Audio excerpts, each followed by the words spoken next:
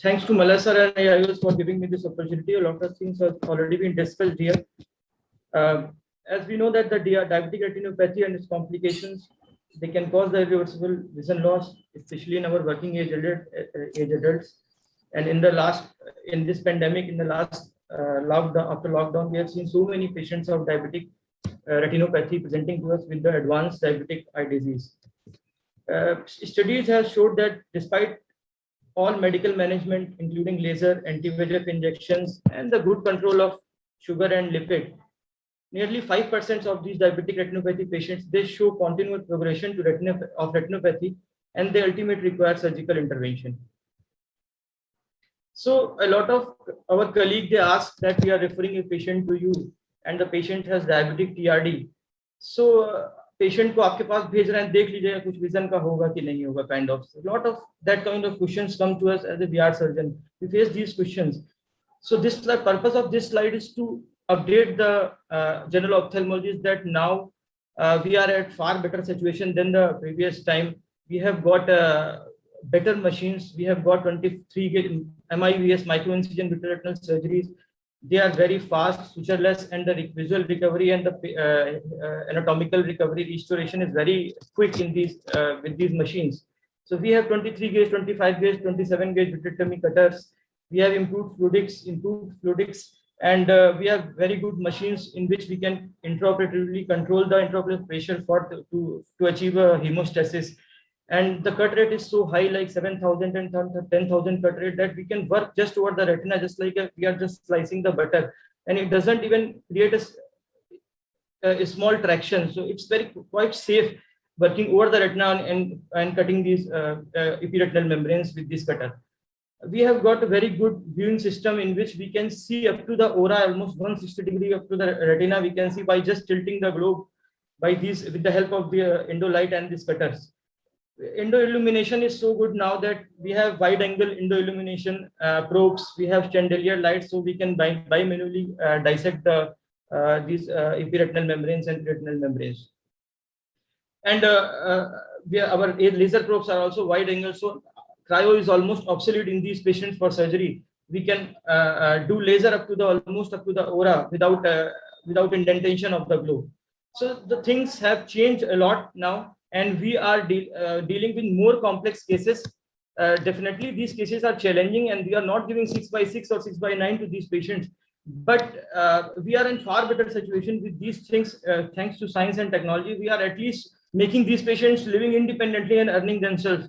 So this is the advancement in our surgery, and the basic principle for this diabetic vitrectomy, there are basically 5 principles. First, we have to clear the media opacity. Either whether it is a cataract, then you have to remove the cataract and then proceed for the vitrectomy. If there is a vitreous hemorrhage, then you have to clear the vitreous hemorrhage and do the rest of the things. So first is the clear the media opacity. The second is the releasing all the traction, whether it is an anterior posterior traction or tangential traction. So you have to remove all the traction which are there over the retina, or which are from the posterior hilar to retina. We have to cut all these tractions. Then achieve hemostasis. This is very important in diabetic retinopathy surgery, that we have to achieve a proper hemostasis intra-op, because the most common complication after diabetic vitrectomy is the post-op day 1 posterior segment hypema. So we have to achieve the hemostasis with the help of endocautery or photocoagulation, or with the help of intraocular pressure, automated intraocular pressure control. And after the fourth principle is do the laser photocoagulation up to the aura, up to the rest of the retina, and the tamponade, last tamponade, if it is required. If there is some break, you see any retinal break, then we use either gas or oil tamponade. So coming to the indications for vitrectomy, as Dr. Manish showed us, that non-clearing vitreous image is the most common indication in diabetic patients. Previously, we used to wait for 3 months. So the main question with the diabetic hemorrhage is when to intervene in these patients. So it depends upon a lot of things. Previously, study showed that we have to wait for at least 3 months, but it's obsolete now. DRVS, diabetic retinopathy vitrectomy study, shows that there's no point unnecessary waiting for the 3 months long period.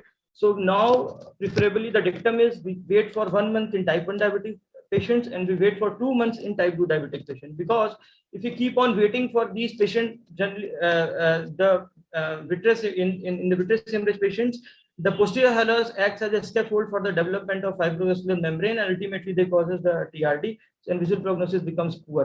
So with the help of the newer machines and better intra and pharmacological agents, we are in a better situation, and we can intervene early in these patients to give a good visual recovery.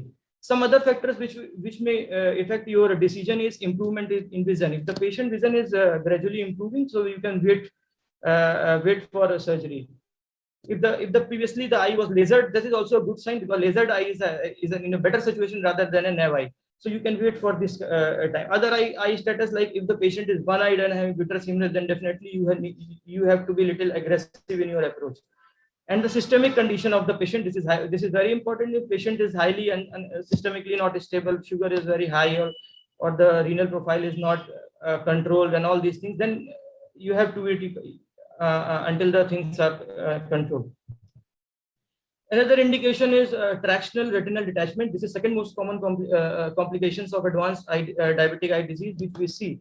TRD, like in this picture, you can say that there is a laser marks here, and there is a tabletop TRD covering the whole disc and the macular area, and there is a large pre-retinal hemorrhage you can see in this area.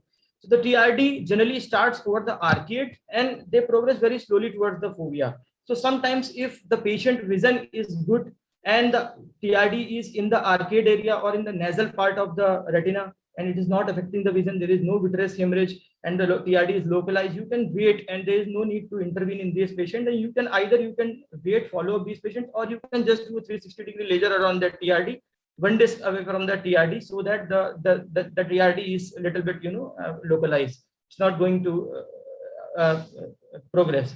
So TRD threatening to fovea or TRD involving the fovea is an indication where when you have to act immediately. There is no point waiting at this situation, because macular heterotropia for long standing duration, the visual prognosis is bad then.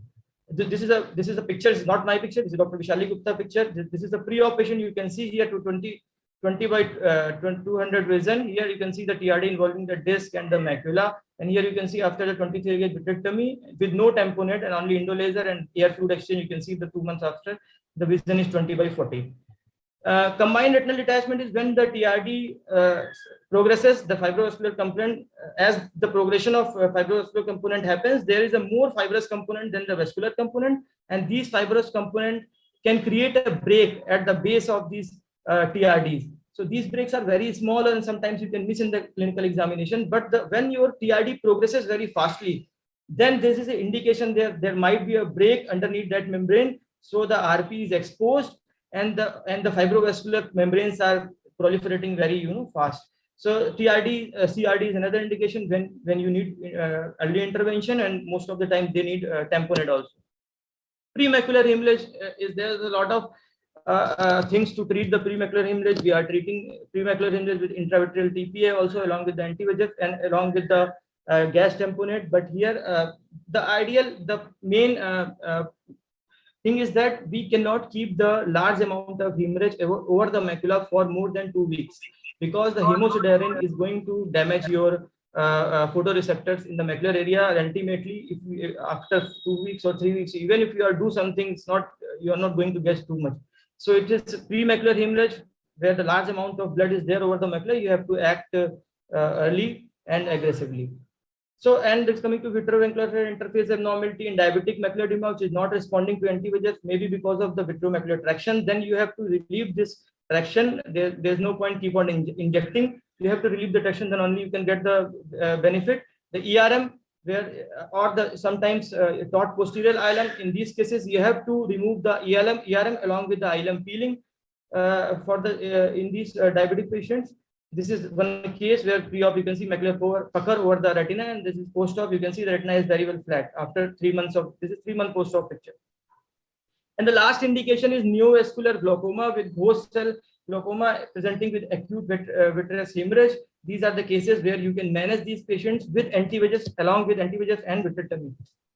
So the PPV is a key role in the treatment of severe and proliferative these advanced diabetic cases, and with the advent of this MIBS and plenty of pharmacological anti-VEGF agents, the early vitrectomy is definitely favored and it gives a better visual outcome and a faster recovery.